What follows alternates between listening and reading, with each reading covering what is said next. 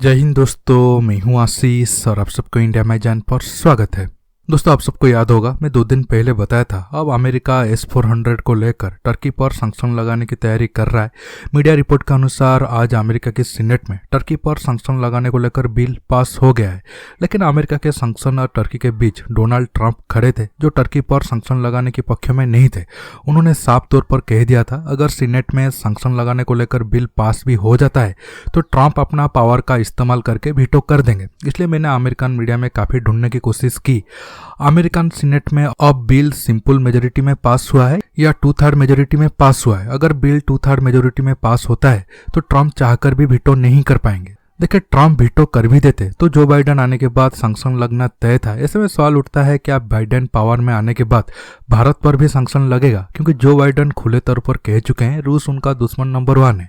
ऐसे में क्या अमेरिका और रूस के विवाद में इंडियन एयरफोर्स को S-400 मिलना मुश्किल हो सकता है? अगर हथियार मिल भी जाता है तो क्या अमेरिका इंडिया पर संक्शन लगाएगा? दोस्तों, ये सारे सवालों के जवाब जानने के लिए आप आखिर तक की वीडियो को देखते रहिए और ज्यादा से ज्यादा लाइक शेयर करना मत भूलिए। देखिए, जो बाइडेन ट्रंप की तरह इससे ही सडन अमेरिका की प्रेसिडेंट नहीं बने हैं। बाइडेन 1970 के बाद से लगातार अमेरिका के सीनेटर रहे हैं। इसके साथ वो ओबामा के टाइम में 8 साल अमेरिका की वाइस प्रेसिडेंट रहे हैं। उनका अमेरिका की पॉलिटिक्स पर जबरदस्त पकड़ है। जो बाइडेन सीनेटर रहते हुए कई बार रूस विजिट पे गए हैं। बाइडेन अपनी चुनावी सभा में खुलेआम कह चुके हैं रूस अमेरिका का दुश्मन नंबर 1 है। चीन अमेरिका का टॉप कंपटीटर है, लेकिन चीन अमेरिका को अपना बड़ा दुश्मन और भारत को टॉप कंपटीटर मानता है। आप सब जानते हैं जो बाइडेन ही 90 के दशक में रूस के ऊपर दबाव डालकर भारत को क्रायोजेनिक इंजन देने से रोका था। हालांकि बाद में जब भारत पर न्यूक्लियर बम टेस्ट पर बैन लगा तब जो बाइडेन भारत पर बैन लगाने के समर्थन में नहीं थे। इसके साथ Bharat America civil nuclear deal में भी बाइडेन बड़ा भूमिका निभाए थे। लेकिन बाइडेन की रूस के लिए नफरत जग जाहिर है। इस वजह से पुतिन भी बाइडेन जीतने के बाद तुरंत बधाई नहीं दी थी।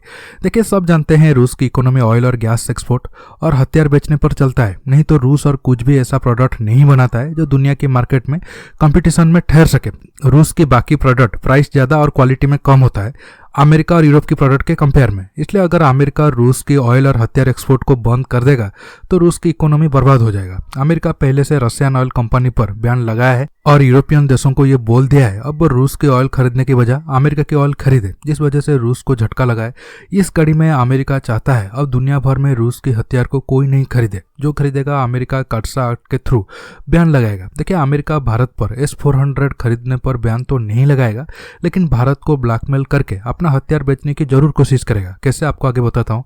पहले जानते हैं टर्की या फिर चीन पर S-400 को लेकर संक्शन क्यों लगा। देखिए, चीन तो अमेरिका का दुश्मन है, उस पर S-400 खरीदने पर बैन लगना कोई बड़ी बात नहीं है।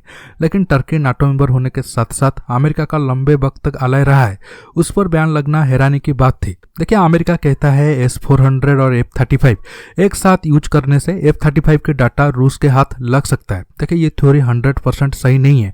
ग्रीस नाटो मेंबर होने के बावजूद रूस के S-300 और अमेरिका के F-16 दोनों को लंबे वक्त से इस्तेमाल करता आ रहा है। दरअसल टर्की और अमेरिका का रिश्ते पहले से ही खराब होना शुरू हो गया था। S-400 और F-35 सिर्फ बहाना है। देखिए, एर्डोगान शुरू में लिबरल किस्म के राष्ट्रपति थे, लेकिन उम्र बढ़ने के साथ साथ उनका खलीफा बनने के सपना बढ़ता गया, जो अमेरिका के इंटरेस्ट में नहीं था। इसलिए अमेरिका पर्दे के पीछे रहकर एर्डोगान को पद से हटाने की कोशिश की। इस कड़ी में 2016 में एर्डोगान के खिलाफ टर्की में मिलिट्री विद्रोह हुआ था, जो नाकाम रहा। इसलिए एर्डोगान अमेरिका से दूर होते गए। अब अमेरिका चाहता है टर्की पर संक्शन लगाकर उसकी इकोनॉमी को तबाह करने की धमकी देकर अमेरिका के कैंप में रखा जाए, नहीं तो अमेरिका को नुकसान होगा अगर टर्की रूस की तरफ जाता है। अब बात करते हैं इंडिया की।